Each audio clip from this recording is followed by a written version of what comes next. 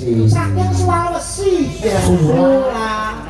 Sulawesi. Contoh SDM ora tekan yo. Sulawesi karo Suwal beda. Suwal dikatok cilik. Sulawesi kuwi daerah delok ning Google Map ngetik Sulawesi buka metu. Google. Akhirnya iki aku Google ditetek. Ngetik itu loh. Teke siapa Mbak Elis? Ngetik itu. Ketik. Ya. Ketik kok ketek. Tai. Ora padang tak wambung kaya. Yes, awake dhewe arep makrum mergo iki saka bapak ibuke saka Sulawesi. Sulawesi. Tepatnya di daerah mana, Mbak? Kuwi nggon tengah. Oh, Bapakku seko Toli-Toli, Ibuke, ibuku seko Lambelu. wo, Lambemu. lambemu dhewe kaya Lambelu. Kuwi nama daerah. Oh, lama daerah. lho boten bapak dari Seko Toli-Toli. Saka Seko Toli-Toli. Jompi mesti. Bapak sampean Yang Pulau pancen gede itu daerahnya rono gede. namanya Toli. Jawa itu teh karo teh rono benten. Benten. Benten beda. Ya, itu hilangnya rasa diluntuk. Toli-toli dulu tol. Benten. Toli. Wis dia pakai li mau ya. Jadi bapak Toli. ya itu wis bayar rasa gak kasih duit karo gadun sih. Amilan. Apa yang diucapkan untuk PPSDM Mikas ulang tahun yang ke-60, Mbak? Pak Tunggul rawuh tasir Iya, Tunggul. ya. Doyo jajaran. Sedoyo jajaran ingkang lenggalan mirsani pagelaran ringgit wacucul lalu meniko. Waduh. Wacucal ora kok wacucul iki copokan iki. Wacucal kuwi kulit. Wacucul tau curi pisan.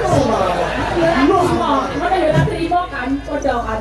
Ya wis aku oleh pantun yo. Boleh ya. Mau cari rapi lek pantun. Wis ora apa iki bandul karo TB. Diperinjak. Ya setetek aku isi. Setitik Setetek sakit. Setitik. Ya setetek Nek iku. setitik iki koncone Pak Elwi mau. Setitik.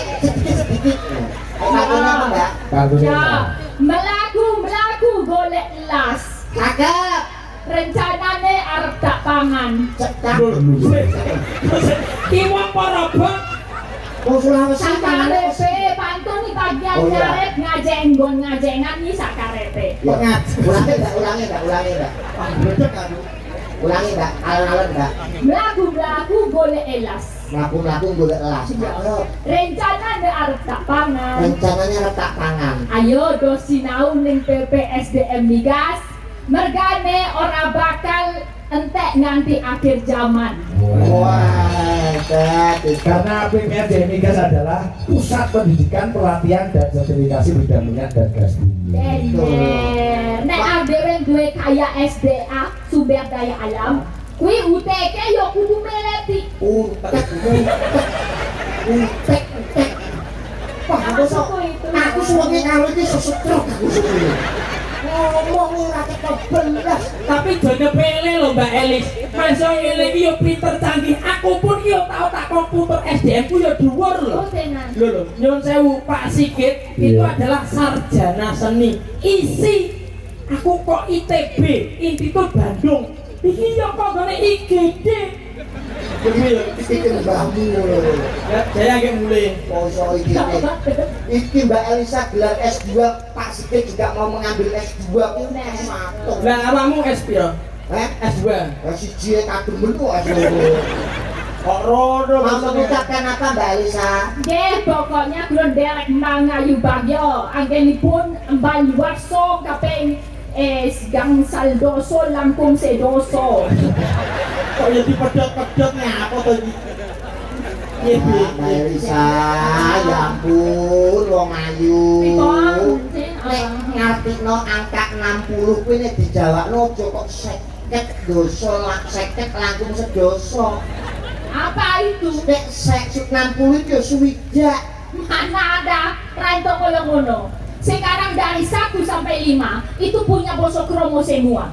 Panten Onten setunggal, kali, tigo, patang, Sekawan. sekawan, gangsal Ini apa bosonya? 6 Gak ada yang nem. Enam yo tetep boso ngoko. Kromonya gangsal langkung setunggal. itu Niku gangsal langkung kali. 3 Gangsal langkung tigo. songo Gangsal langkung sekawan. 10 Gangsal langkung segangsal. Sedosa.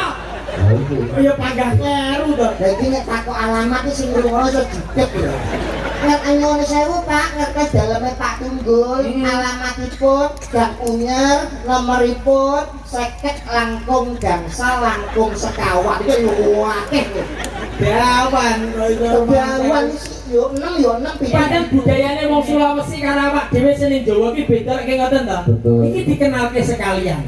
Nek nggone Blora ki gudange seni dan budaya. Lho jati diri nek nggone Blora ki luar biasa lho. Ketoprak, barongan, wayang, Komplit. payung. Kayu. Nek wayang sering dereke. Ya. Barongan yo tau ngerti. Kosidah Wah, yo kulino nek nggone Jogja enak. Bagus mitak. Hah? Lho, ketoprak sakit Mbak ketoprak. Kita tahu itu makanan kan. Nah, Makanan iya, yang Pak. ada kami, tahu ada kecap sama gula. Mbak Dulu mobil ketopraknya apa ketoprak ya Pak ada ketoprak apa Itu yang makanan ada minyak, tahu, kupat. sampai tak sawat duluan itu Gak melak. Wih, gelungannya Melani orang kok sama sih. Udah Melani tergundul. bukan makanan tapi ketoprak itu sebuah pertunjukan seni yang dibalut dengan gamelan Seni drama sejarah. lah Legenda-legenda. betul Oh, teater klasik. Nah. Coro Jowo. Nah. Oh, paham. Saya nganggo tok tok tok tok tok Nah. tok tok. orang kok tok ketoprak tok tok tok tok tok tok Contoh nih B. Lah, aku digandel be. Ya, ini pertanyaan digandel. Ini babat, Apa, babat seni. sebuah lakon apa? Apa Ini, yang ini menjadi nyuruh pangapunten. apa? Iya, Ini iya. sejarah. Karena ini PPSDM Migas itu juga sejarah. Ini gaya sejarah Candi Prambanan, Bandung Bondowoso. Wajos, saya mau boten. Mana tak masuk? kok kau kira ceritanya ora kakek kewapuk bisa tuh ketoprak panganan nang Bandung kamu jadi Roro Jonggrang PB jadi Roro Moto. Aku tahu paling cocok jadi jennya. Iya, B. rupamu Kowe dadi jine, B, piye, B? aku seneng Alah. aku jadi Lah kowe dadi apa? Bandung loh Ya wes mergo aku ki magang manut, Pak. Kowe dadi apa tuh? Nggih kula anggota urung enek. Jin jadi ceritanya itu bapaknya Roro Jonggrang Ya. Prabu Piccolo kuwi tadi Prabu Gupala. ya Kuwi Kang Mase Jonggrang Prabu Gupala. Lah Bandung kuwi lagi arep nelukke Nah. Wonosegoro dadi perang. Mati, Nah, Gupala. Prabu Gupala mati. terus sampean ketok aku teko ning Taman Sari sampean terus ngrangkul aku ngambung aku tapi aku kok gelem Ora ngono. Ribon to Pak iki siare, Pak. Siare, Pak. Kembangannya gede. Ketoprak langsung gebelar iki wah. ini Kita lagi praktekno mau cerita gak paham-paham ini. Roro Jonggrang iki aku teko Gandul Bandung Aku mau nggak? Aku mau nggak? gelem Kau gelem rumah saku kono ki arep gugat Kang Mas mergo mau pateni ngono lho. gak gelem Gak gelem kene iki kok gelem tapi enek syarate. syaratnya kon gawe no anak sewu Candi. candi Andi syarat. Penak. Oke, tak share gesek. Ini gue ketoprak, cepu gue ketoprak. Aku dadi apa aku? Saya masuk ganteng ini.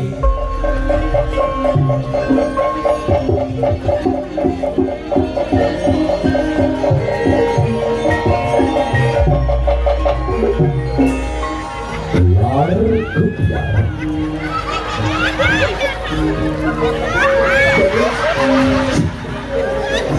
rusak Rusak ini.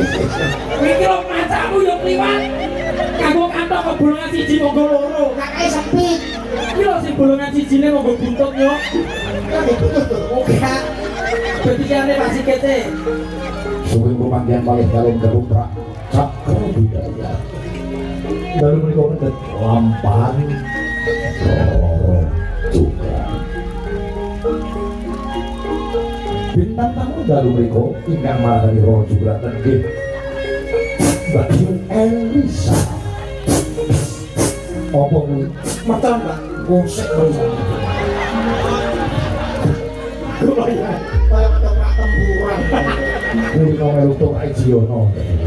Utane anyar. Bandung Bondowoso nanti datang dening sederek Andi TB.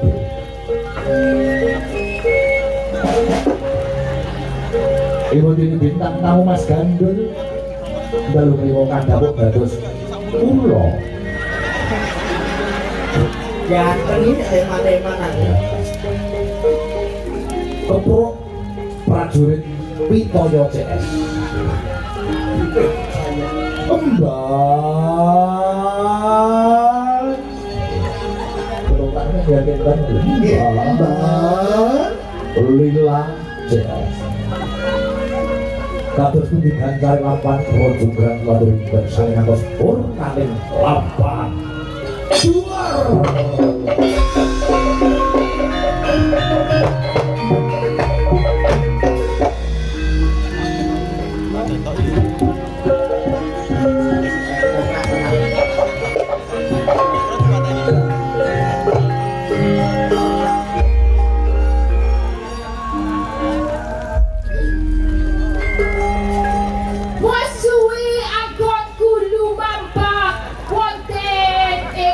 Cipanglo. Cakep. Ora pantun iki. Ora pantun. Ketoprak kudu rasa. Ora pantun. Ya rada lirih luruh-luruh. Wis nggus. Iki anggonku mampah wonten. Wis ini ning pojokan kene ya.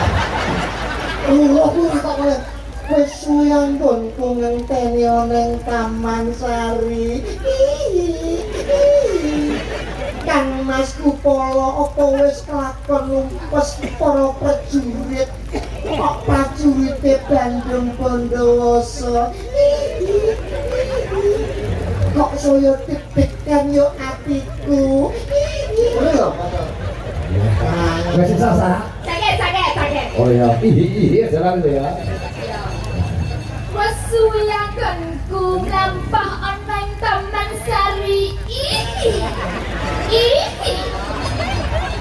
Apa ya Kang Mas Prabu Kupala wis rampung anggone numpes para prajurit.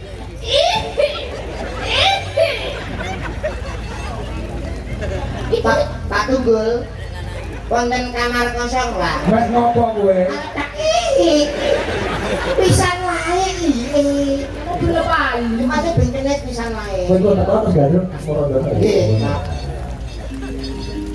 Apa ya wis kelakon tenan numpes para prajurit rasaku kok kaya dek-dek sir koyo ngene.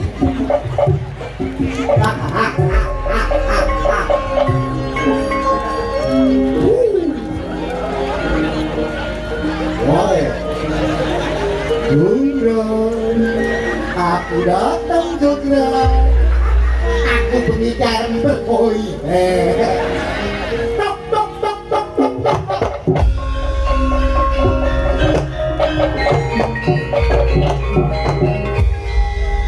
Ana swara tanpa rupa capek-capek ora katon. Sopo kowe?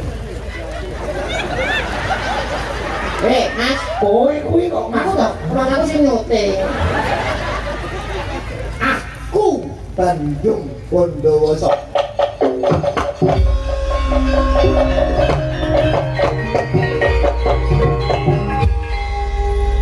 Bandung. Hei Apa sing marnakake kowe iso teko no Taman Sari kene? mergo sepet-sepet saune mentah empet-empet serak betah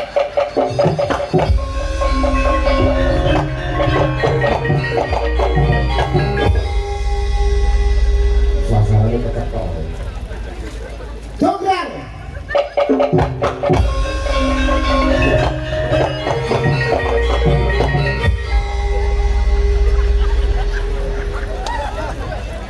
Nacaraka Data Sawala padha jayanya menenga ndang minggato.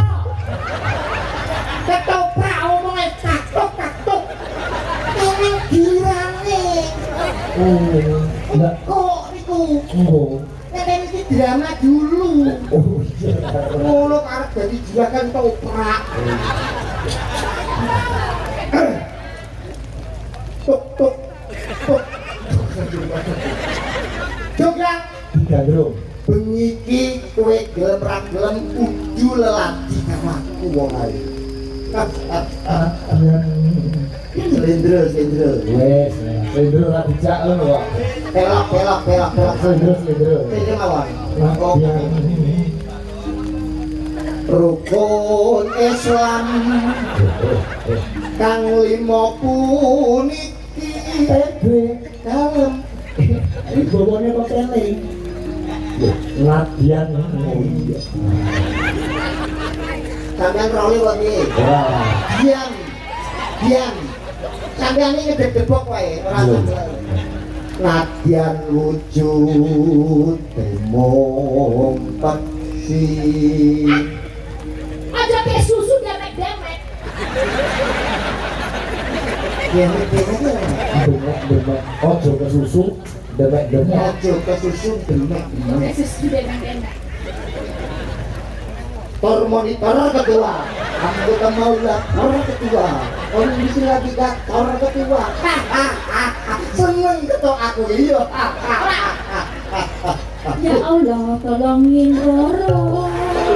Ya Allah, jangan Roro. Ya Allah, jangan Roro.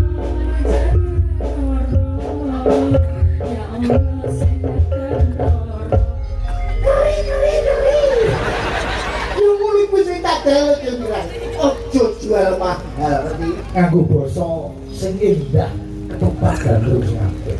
Jonggrang Pak, tambah nono atiku sungiti jonggrang. kenapa kok aku kudu nampani hatimu? Mergo jagat tepung gelang anggonipun kakang upadi wanita kang bisa gawe seneng atiku ora ana liya ya mung kowe jonggrang.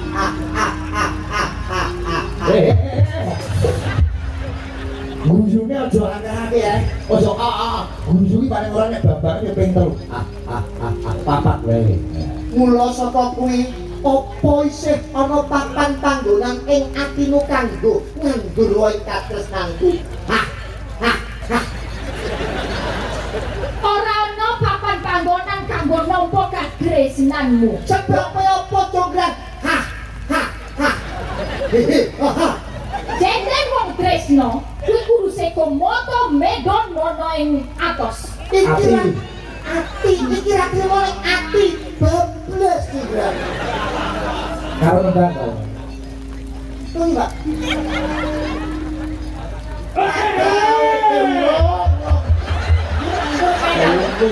Sumi lah ana ngantuk lah. Cinta Iki saya gandrung susu metu wae. gawe tali ning bronto. Manut ya wong. Ojo ke susu, ojo ke susu. Ora apa-apa. Mocok-mocok ya ora apa-apa. Ojo ke susu. Aku saya wedi saya.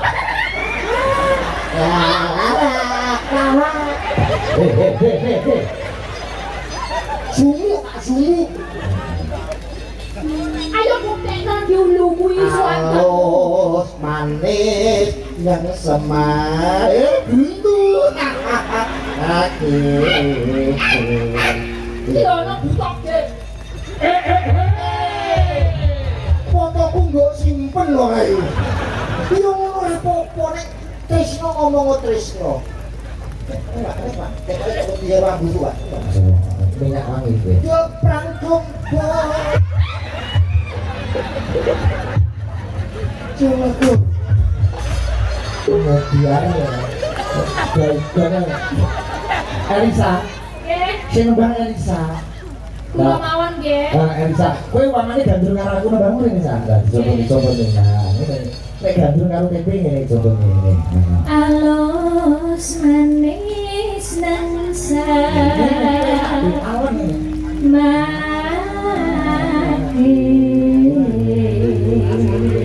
Benten nggih menawi kalian panjenengan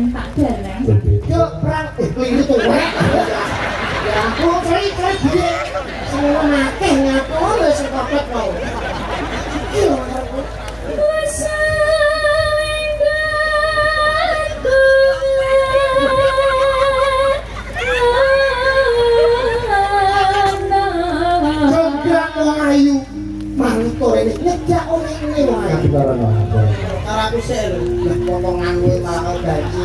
Lah timbang ngadeg-adeg suwi lho. golek isi kodang jenar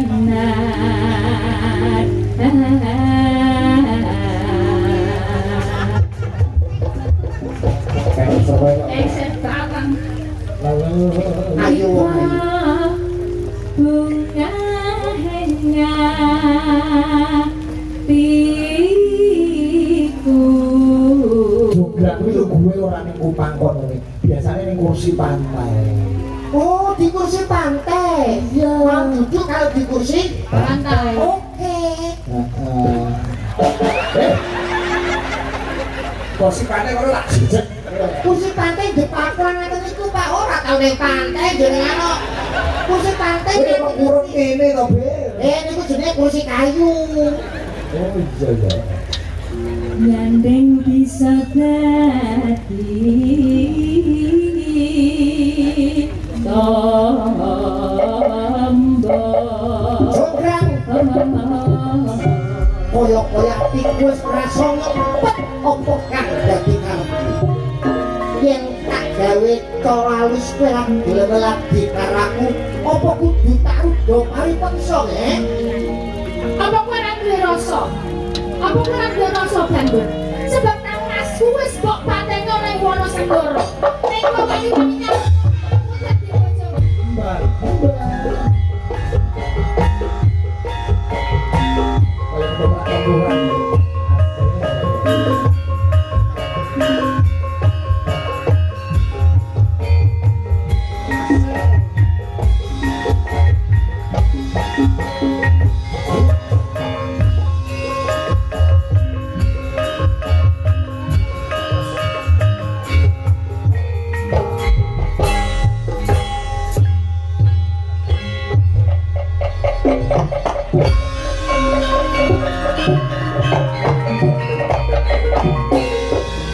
manut dadi bojoku. Aku ora bakal. Aku njaluk srana. Upama aku kudu dadi bojomu, aku arep njaluk srana Bandung. Kowe gelem dadi bojoku ning ana syarate. Iya, Apa wong ayu bakal tak kawis kali kabeh? syaratnya apa? Baik sekali. Kok Bali sewu, Bali sewu. Aku arep njaluk candi cacahe 1999. Kakek sa. Kakek men to. Setunggal ewu candi ana ing sewengi kudu dadi. Iso sanggup opo ora? Candi sewu suwengi kudu Dadi, bakal tak pinangkani. yo tak tunggu.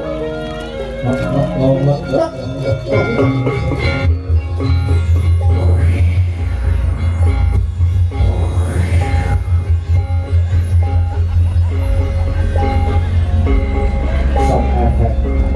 Cuma ngedeni lho Pak. Allahumma lakasumtu. Lebih keramat. Lah ijine yo ora teko malah minggat. Lah maksud diwacana apa kuwi? Enggak, makane piye? Mantra Jawa. Yang ing tawang ana ingkang cahayu. Aku ngenteni sliramu marang mika ing angkasa Nimas. Sun takone pawartamu. Janji-janji aku eling. Gumono kopat kabeh. Het sadar. Kopat kabeh sandal karet jenenge jepit. Peso mungker jenenge arit. Sendok kayu jenenge supit, dalang rembang jenenge sikit. Nemplek ning kathok jenenge pecirit. Jin kok. Jin bayangan.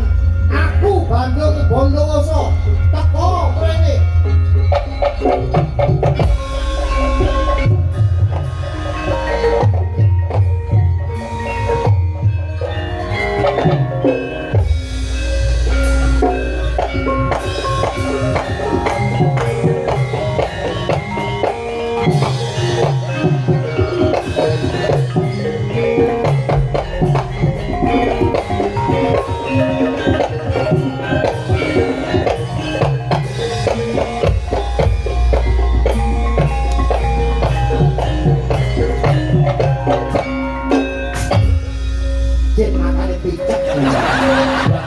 dalan sampe ning ambane rai Bandung. Ora fitrah. Jen. Ana apa kowe kok nekakne karo aku? Gun. Wale Aku njaluk. sing woho sing ngomong. Kalau kene halus suarane. Wale. Gun. Yen ana wigati Bandung ngomong. Loh, sak. Wale bocah ora ngeten. Iki mung balik iki. Ora wale posisine wale ngomong. Cangkeme. Ora omong. Iya. Bandung Gusti Allah. kowe malah ape ngono cangkemmu. Wale ngajeni dialog. Tak timbali ning ngasaku mergo iki aku njaluk sabyanku mucin. Ya dalah. Kowe njaluk apa bakal tak turuti Bandung. Jalan bojoku ngersake candi cacahe 1000 ning sungi kudu dadi. Kowe sapa ra, Jen? Aja kuwatir kuwi mung gawean kowe. Matur marang aku kowe butuh semen karo pasir pira? Ya aku buta ya ora kuli. Masa seneng karo pasir lho. Rabiyo ya. Lho boyo wengi sewengi dadi. Aku njaluk sabyanku nganti resok jaket ojo tangan dosa tak rabi. Tenono kowe Bandung. Woi.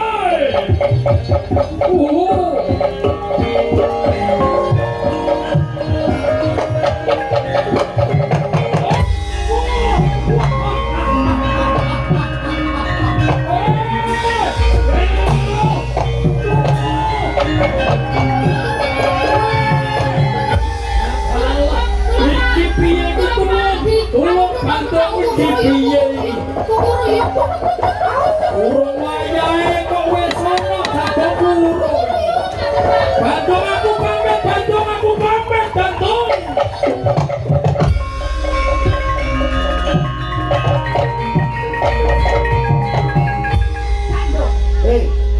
Wes krungu suara petok-petok gulu-gulu yuk. Petok-petok, petok-petok. Ritondo. Pitik kuwi petok-petok. Petok-petok. Petok-petok niku. Kuwi tondo nek iki wis srengenge arepe medal. Warepe tagran. Srengenge arep medal. Candi cacahe 1000 wis kakon tak pinangkani. 1000 tenan. Hitungan yang ra percaya. Ya, tak hitung. Setunggal kali tiga Lampung dasar. Kali likur pitung doso atos. Pitung atos sangang puluh sangang. Bulung atos sangang puluh sangang atos. Bul sangang atos 80, sangang atos sangang puluh. Sangang atos sangang puluh sangang. Wes ora prompisan kakek ya tadi lho. Iya wis itu kabeh. Uduh iki sik gareng iki. 1000 cacahe kok 100 Sangang atos sangang puluh sangang kurang siji hitungen. Oh iki lho mari ngetekno bal. Pasti iki gedhen sandine. Wani semene entekne kene. Aduh. Wah, iki ngetekno bahan iki. Pancen ngono kurang siji Bandung candine. Dadi kira gelem dadi garwaku. Ora jonggrang. Perkara kurang siji wae kok nolak karo panglamaku. Titik karo jonggrang kanggo jangkepi candi sing akeh 1000 ora ana liya ya mung kowe. Aku ya. Melok ora pitu seket lho. Melok men wiwit tok wae lho. Aja pitu 50 to, Beb. Bro. 800. Ora tadi. Pada pas tok langsung jeng ya. Berarti pas aku tok ya Kita berarti. kabeh ngene wis jeng. Oh iya. Kanggo jangkepi candi sing akeh 1000 kurang siji ora ana liya ya mung kowe. Entuk candiannya. Iki mau piye to? Ora santo prakoprak wis rampung. Langsung malah privat kabeh. Elak. Ngene to ora pakai payu. Mbak Elisan Bang ini Mbak Elisan. Bawane mau podang kuning nggih? Nggih. Nah, mereka request podang kuning sisi Demak sang Pak. Kino, Klagen, Tutuban, sak rombongan rawuh. Kanca-kanca Cakrane Rat Fans Club sampe rawuh. Pak Deli Monocolo ini bagus ya. Udah kuning.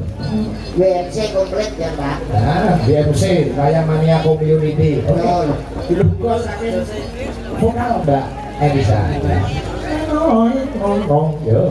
Suruh awan nengok awan seorang kasar uluran awan sing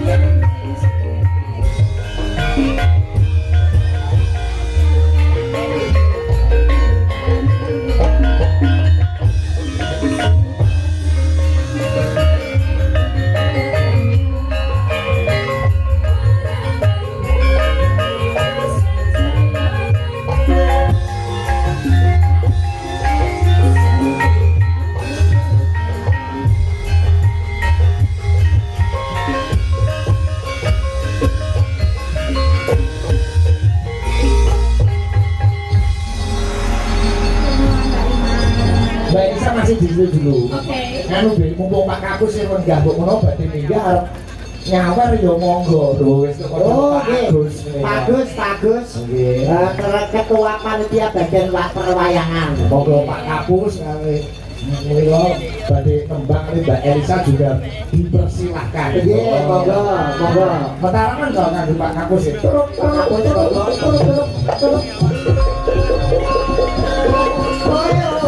BPSD Migas Maju Jaya Luar.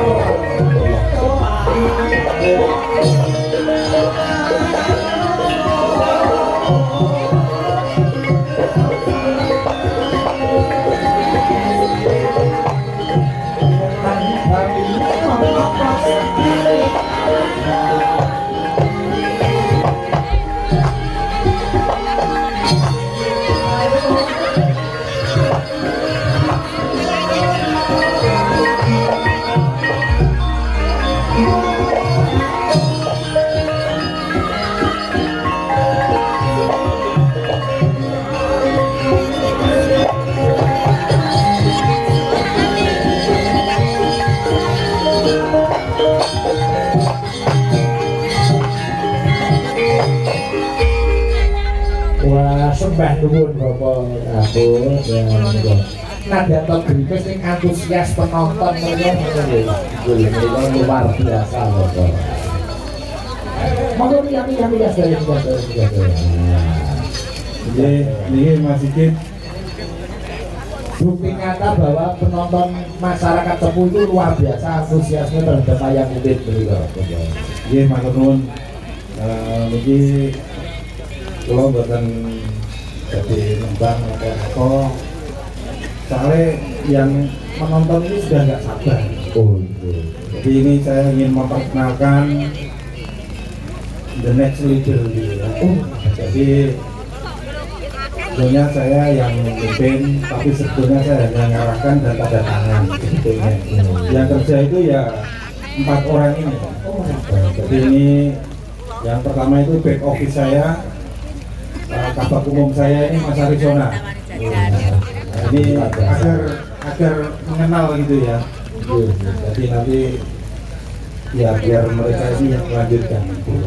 Kemudian Mas Arizona ini tanggung jawabnya besar, anggarannya pun paling besar. Di bagian umum itu ya termasuk gaji, remunerasi, perbaikan, maintenance, semuanya ada di Pak Arizona.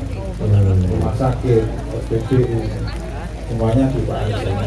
Kemudian sampingnya Pak Yuswono ini adalah seangkatan dengan saya, masuk 91, sekarang ini kepala sarana teknik migas ya, yang punya kilang, yang punya laboratorium ini Pak Yuswono ya, terus kemudian Pak Agus Sarek ini adalah koordinator program dan kerjasama, jadi yang menjalin networking, kerjasama dalam pekerjaan, menawarkan pelatihan dan sertifikasi, mengembangkan business development, marketing ada di Mas Agus Sarek. Kemudian yang terakhir, yang paling besar, ya ini memang yang besar itu di pinggir ya, seperti yang di sana itu kan yang besar di pinggir. Nah, jadi ini Mas Erik Yudi Triyono, ini adalah koordinator pelaksanaan pengembangan SDM yang menyelenggarakan pelatihan, menyelenggarakan sertifikasi, kemudian membuat program pengembangan sumber daya manusia dan juga membidangi norma dan standar Mas Erik Yudi. Ini biar paham, jadi tidak hanya saya yang tampil, sebetulnya yang kerja mereka dan timnya. Saya itu hanya mengarahkan dan tanda tangan gitu. Nanti sebelum beliau menangi belum dan penjelasan mengarahkan di itu, tetap menjelaskan. Iya, tapi kalau Mas TB tadi Jauh Bapak. lupuk bodoh. Ya memang Boten Pak. ya memang ini pendapatannya semuanya masih banyak saya. Anu Pak, mohon izin Pak, ini saya dengar-dengar ini bahwa di PPSDN Migas ada acara yang namanya Diklat Masyarakat. Betul. Mungkin banyak penonton yang belum tahu nih Bu. Siap. Karena Pak monggo Jadi dibuat. begini, Diklat Masyarakat itu adalah program pemerintah. Tahun ini jumlahnya kita dapat 700 orang. Itu ditujukan untuk daerah 3T dan daerah penghasil. Itu pesertanya dari Aceh sampai Papua. Ya, Kabupaten Blora ini dapat juga jatah paling besar.